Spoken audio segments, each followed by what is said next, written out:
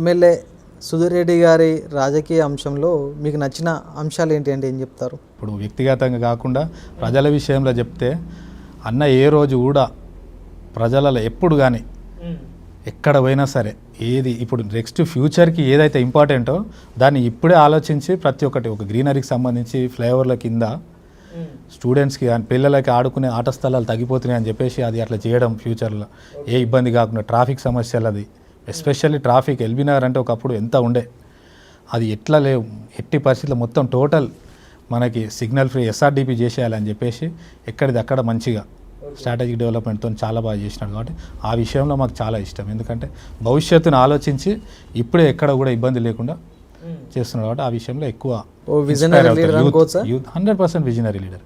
ఇవాళ అంత స్థాయిలో ఉండి ఆ ఏజ్లో ఉండి 60+ ఉండి కూడా ఇవాళ ప్రజెంట్ ఫ్యూచర్లో ఏం జరుగుతుంది ఎట్లా ఉంటుంది అనే ఉద్దేశంతో చాలా బాగా ఇప్పటి నుంచి ఆలోచన చేసి ఇంకో 30 years వరకు ఎటువంటి ఇబ్బందులు కలగకుండా రోడ్స్ అండ్ డెవలప్మెంట్సే కాదు. ఎందుకు మరి మీ ఎమ్మెల్యే గారి పైన ఇతర పార్టీ నాయకులు అనేక రకాలుగా విమర్శలు చేస్తారు?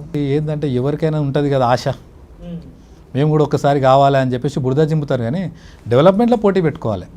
సుధీర్ అన్నతో ఏమైనా పెట్టుకోవాలంటే డెవలప్మెంట్లో పెట్టుకోవాలి, పబ్లిక్లో ఉండాలి నిత్యం. మీరు కూడా ఉండాలి నిత్యం. మీరు కూడా ఉంటే మీరు ప్రజల ఆదరణ బట్టి అప్పుడు గెలుపోవడం సహజం. అదే అంతిమంగా ప్రజలే నిర్ణయిస్తారు. మీరు ప్రజలలో రాకుండా ఉత్తిగా మీరు స్క్రీన్లు వేసుకొని కొందరు ఉన్నారు, ఇక చెప్పొద్దు వాళ్ళ పేర్లు, స్క్రీన్లు వేసుకొని వాళ్ళు చెప్తుంటారు అన్న గురించి. మీరు ప్రజలలో తిరగండి. రోజు వారం మొత్తం ఉంటాడు కదా సుధీర్ అన్న. వారానికి 1 రోజు 2 రోజులు టైం ఇవ్వండి. మీరు వారానికి 1 రోజు 2 రోజులు టైం ఇచ్చి మీరు ప్రజా సమస్యలు తెలుసుకోండి. అప్పుడు మీకు కూడా ఆదరణ పెరగవచ్చు. అట్లా పోటీ పడాలి. కానీ వ్యతిరేకత ఈయననేదా మొత్తం ఉంటే అంటే 100% ప్రజలు ఎవరు డెవలప్మెంట్ చేస్తే వాళ్ళ సైడే ఉంటారు. మొన్న జరిగిన ఎమ్మెల్యే ఎలక్షన్లో దేవిరెడ్డి సుధీర్ రెడ్డి గారి గెలుపుకు మీరు ఏ విధంగా కృషి చేసినట్టు ఏం చెప్తారు? వాస్తవానికి నిజం చెప్పాలంటే నాకు అప్పుడు లెగ్ ఇంజురీ అయింది, ఫ్రాక్చర్ అయింది. చాలా బాధలు పడ్డా. అరే అమ్మ అసలు ప్రత్యక్షంగా చేయలేకపోతున్నాం, బయటికి వెళ్ళలేని పరిస్థితి అప్పుడు నాది.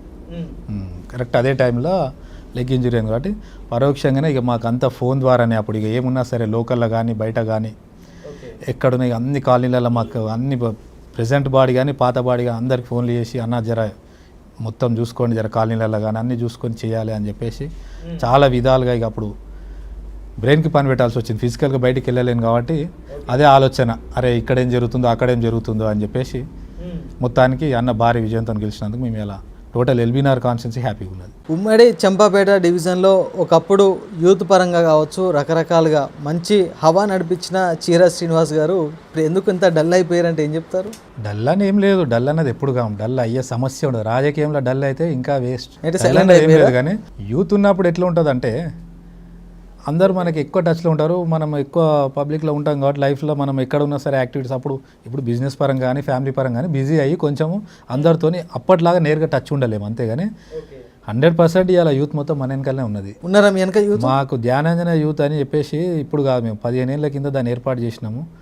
ఆ రోజే మేము 60 మందితోని పెద్ద ఎత్తున మేము గణేషుని ఇక్కడ చరిత్రలో ఎవరు తీయనట్టుగా మేము ప్రతిసారి మేము నిమజ్జనం, చాలా పెద్ద కార్యక్రమం అది, చాలా పెద్ద బడ్జెట్, చాలా పెద్ద కార్యక్రమం. ఇవాళ ఈ చుట్టుపక్కల ప్రాంతాలు అందరూ తెలుసు ధ్యానాంజన యూత్ అంటే వాళ్ళు ఎట్లా చేస్తారు, యాక్టివిటీస్ ఎంత శ్రద్ధగా చేస్తారు, భక్తితో చేస్తారు అన్నది ప్రతి ఒక్కరికి తెలుసు. కానీ వాస్తవానికి కర్మంఘట్ డివిజన్లో ప్రస్తుతం కొంతమంది యువ నాయకులు రాజకీయాల్లోకి రావడం జరిగింది. ఉన్న యూత్ అంతా ఆయన వెంట తిరుగుతున్న ప్రచారం కూడా జరుగుతుంది. మీ వెనకాల యూత్ ఉన్నారా? ఇంకా యూత్ కాబట్టి కొంచెం జర ఉంటుంది. అంతేగాని ఎవరైనా సరే యువకులు ఎప్పుడైనా యూత్ని ఎన్నుకోవడం జరుగుతుంది కాబట్టి తప్పు లేదు దాంట్లో. ఏది ఉన్నా సరే అందరం కలిసిమెలిసి ఉన్నాము, అందరం మంచిగానే పార్టీకే చేస్తున్నాం. ఎవరి స్థాయిలో వాళ్ళు పార్టీని అభివృద్ధి చేసుకుంటూ ముందుకు వెళ్తున్నాం.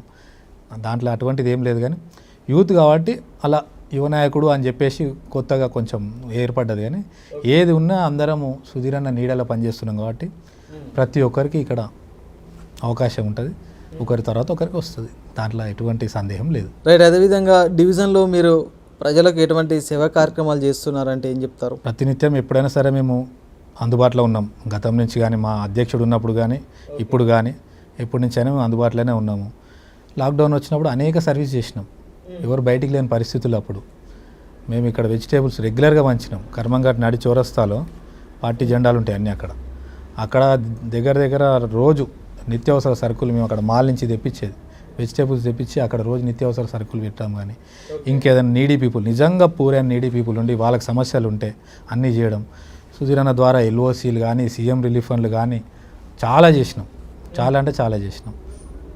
ఏ యాక్టివిటీ అయినా సరే, ఎవరికి ఏ అవసరం ఉన్నా సరే, అది పార్టీ పరంగా కానీ, లేకపోతే వాళ్ళకి ఆర్థిక పరంగా కానీ, ఆరోగ్య పరంగా కానీ, కొందరు పూర్ పీపుల్కి ఫీజెస్ కానీ చేస్తారా అలాంటివి కూడా? 100% అన్న చెప్పి, అన్న డైరెక్ట్ మాట్లాడి కొందరికి ఎగ్జామ్షన్ చేపించి ఎంతో కొంత పర్సెంట్ వాళ్ళకి ఎంతో కొంత వెసులుబాటు అయినట్టే కదా అది.